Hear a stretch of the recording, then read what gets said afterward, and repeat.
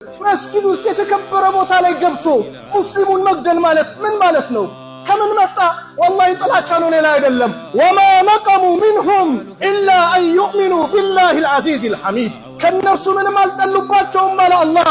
አሸናፊና ምስጉን በሆነው ጌታ በአላህ ማመናቸው እንጂ ወንጀል የሆነባቸው ሌላ አይደለም።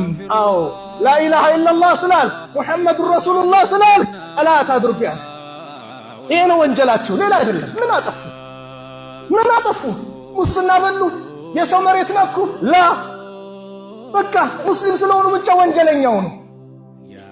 ወላሂ በዚሁ አጋጣሚ በተለያየ ዓለም ላይ ያላችሁ ይሄን አጥፊ ቡድን፣ የሰውን ንብረት የሚዘርፍ ቡድን በተለይ ሙስሊሞች የምትረዱ የምትደግፉ በሙስሊሞች ደም ላይ እየቆመራችሁ መሆኑን ወቁት።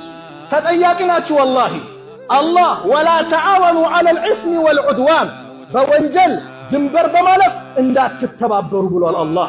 በምንም መልኩ እየረዳችሁ ግን ኡስታዞቻችሁ የሚገደሉበት፣ እየረዳችሁ ወገኖቻችሁ የሚገደሉበት መላ ኢትዮጵያን ሊቃወሙ የሚገባ ጉዳይ ነው። ለምን? ሰላማዊ ሰው ነው እየተገደለ ያለው፣ ሰላማዊ ሰው ነው እየተዘረፈ ያለው፣ ሰላማዊ ሰው ነው እየታገተ ያለው። ሁሉም ሊቃወሙ ይገባል። ለምን ከተባለ የሀገርን ሰላም የሚያደፈርስ የሚያበላሽ ሰው በእርስ በርስ ግንኙነቱ አብሮ እንደ ሁሉ የሀገርን ሰላም የሚያደፈርስ ነው። እስላም እኮ አስተምሮ የሚገርም ነው።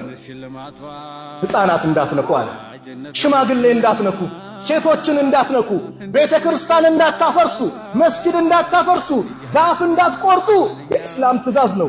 ከጦርነቱ ጋር ግንኙነት ያለውን ብቻ ነው። ሕጋዊ ጂሃድ እንኳን መጥቶ ይህ ነው የእስላም አስተምሮ። ቤተ ክርስቲያን እንዳይፈርስ፣ መስጊድ እንዳይፈርስ፣ ማምለኪያ ቦታዎች እንዳይነኩ፣ ዛፍ እንዳይቆረጥ፣ ሕፃናት እንዳይነኩ፣ ሴቶች እንዳይነኩ።